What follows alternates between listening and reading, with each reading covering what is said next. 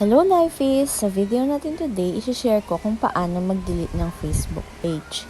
Tara, let's start! So, punta lang tayo sa ating Facebook at dito sa may lower right corner, i-click natin yung menu. Next, click mo yung pages and i-select mo kung ano yung page na gusto mong i-delete. Then, click mo lang yung switch. Then, kapag nasa page ka na, dito sa may baba, click mo lang yung menu and then scroll down and click mo yung settings and privacy and click mo ulit yung settings. Next, click mo lang yung page settings and then scroll down sa baba, click mo yung access and control. So next, click mo lang yung deactivation and deletion. Then click mo lang yung delete page and then continue.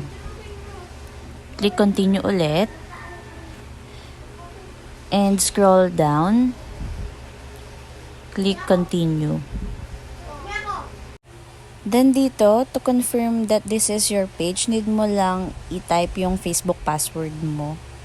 And then once done, click mo lang yung continue.